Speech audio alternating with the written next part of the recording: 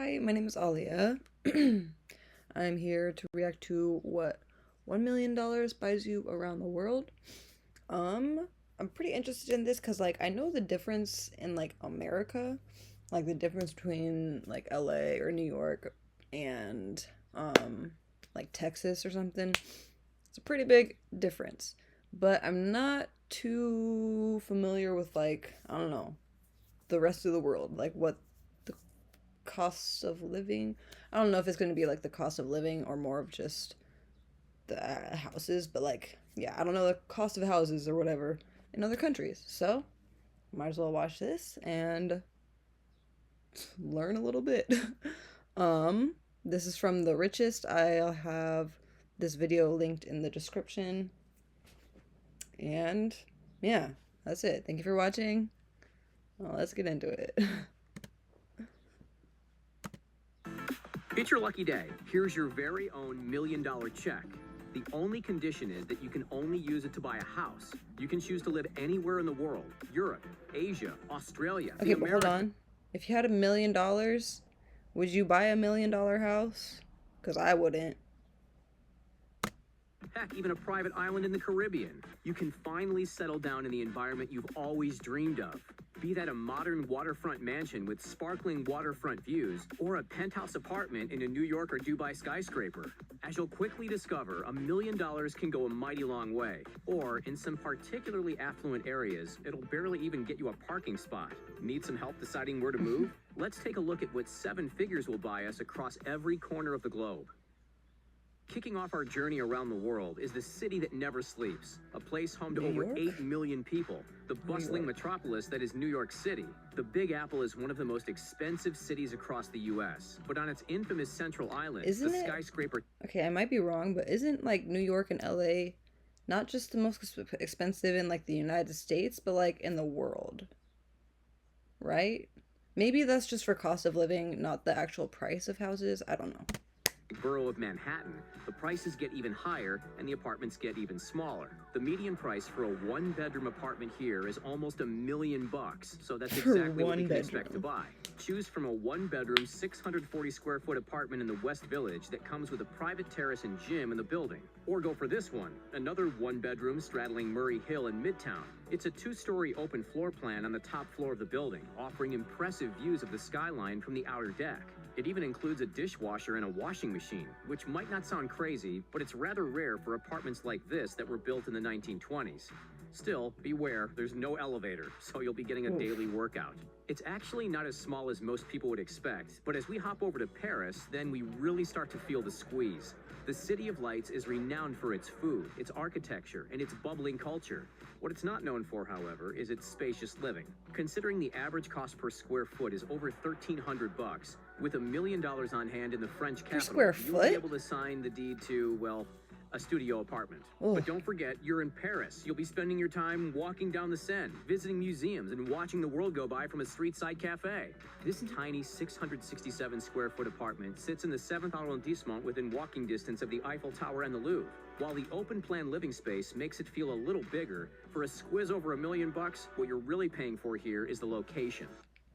Introducing from a chic city full of history and charm to a rapidly evolving desert oasis, let's jet on over to Dubai and see what the real estate agents have in store in a region synonymous with luxury. With $1 million check, you could find yourself living in the world's tallest building, the Burj Khalifa, where a 2-bedroom, 2-bathroom stylish apartment covering some 1,800 square feet is ready to be swept up.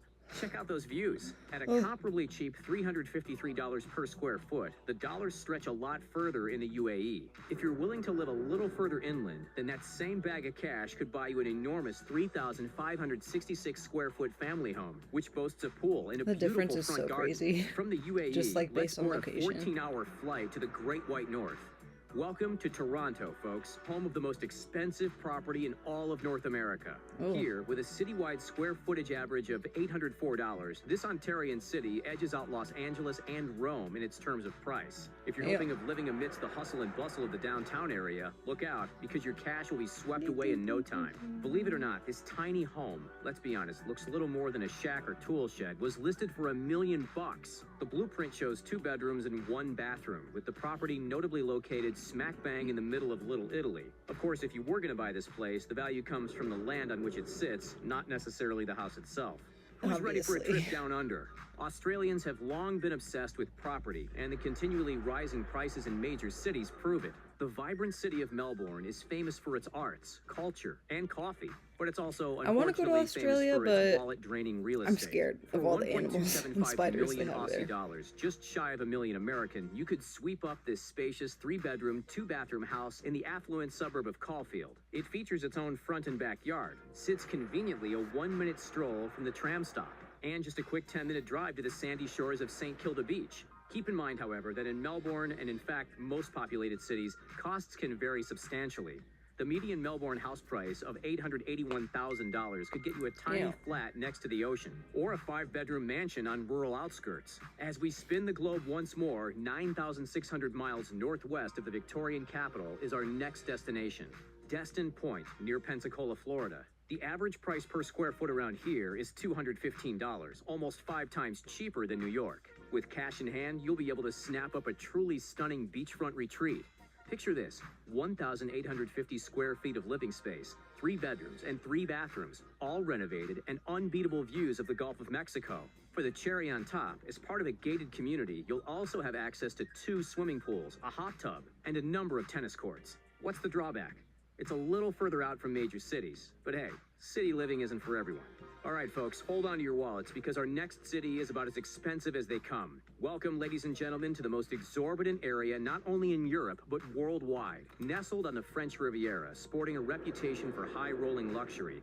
This, of course, is Monte Carlo. On a broader scale, Monaco is the world's most expensive prime residential market, and none of its regions comes with prices as sky-high as the infamous Monte Carlo.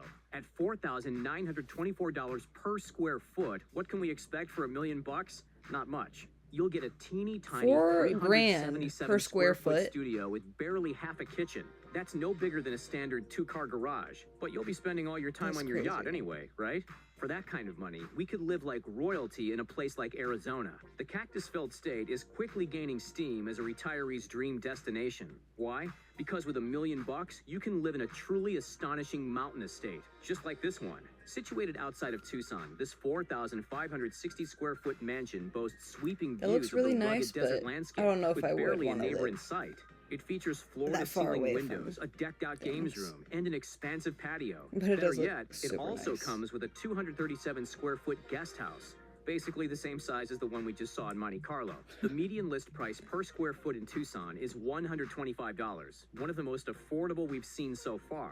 We're hopping back over to Asia to check out our next house. In the crowded city of Hong Kong, real estate prices continue to soar. For just under our budget, we can grab this cozy 708 square foot apartment in the Discovery Bay area. The floor plan features 3 small bedrooms, but hey, 3 is better than 1, right? Plus 2 bathrooms and a wonderful oceanfront view. On average, square footage in Hong Kong is $3,024. Yikes. That puts this Asian administrative region on the map as one of the priciest places to live. But with such booming cultural, business, and entertainment scenes, you won't be spending much time at home anyway. Let's look for something a little roomier, shall we? Straddling the border between Asia and Europe is none other than, any guesses? Yep, Istanbul. A cultural melting pot, this enormous city actually isn't too expensive property-wise. Picture yourself living here in this captivating 5-bedroom villa which overlooks the sea. It sits in the highly sought-after area of Beylikdüzü, includes a private pool and direct access to a beach, and rests over 8,600 square feet of land. While the interior is spacious and full of amenities, the selling point is clearly that amazing backyard. This house technically costs $1.125 million, but if we put our negotiation skills to the test, hopefully we can squeeze it into our budget. Overall, Istanbul is as cheap as chips, at just $115 per square foot.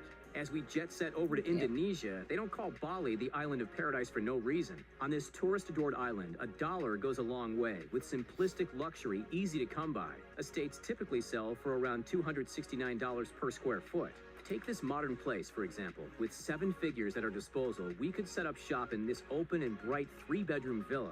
A lot of Balinese properties have small private pools, and this spot is no different. The home is found right here, about 950 feet from the famous Canggu Beach. Unlike most new home purchases around the world, this one even comes fully furnished, allowing you to save a few bucks on furniture and spend a little more at one of the hundreds of delicious restaurants in the area.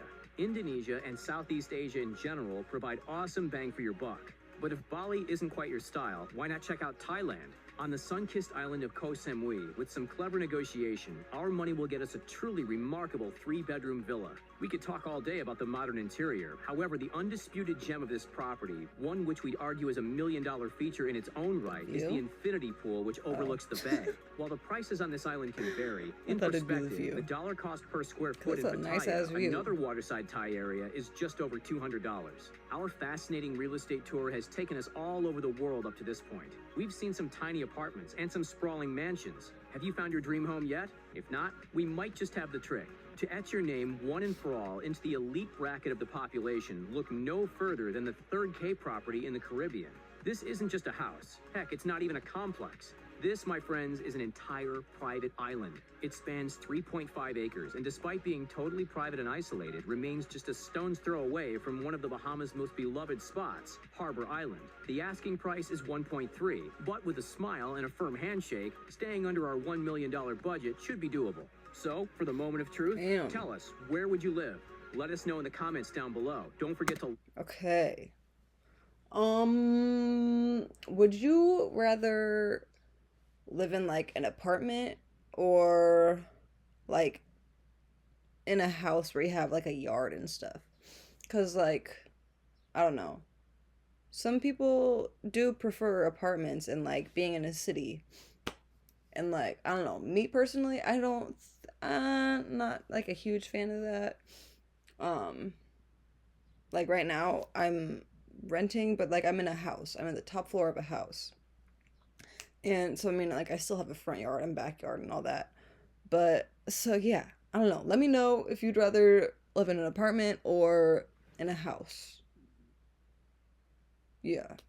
Because, I don't know. Yeah, some people really do like the city life and like that more than, I don't know, being in a neighborhood or whatever. I don't know. But, okay. That was the video. Thank you for watching. Let me know what else you want to see. And bye.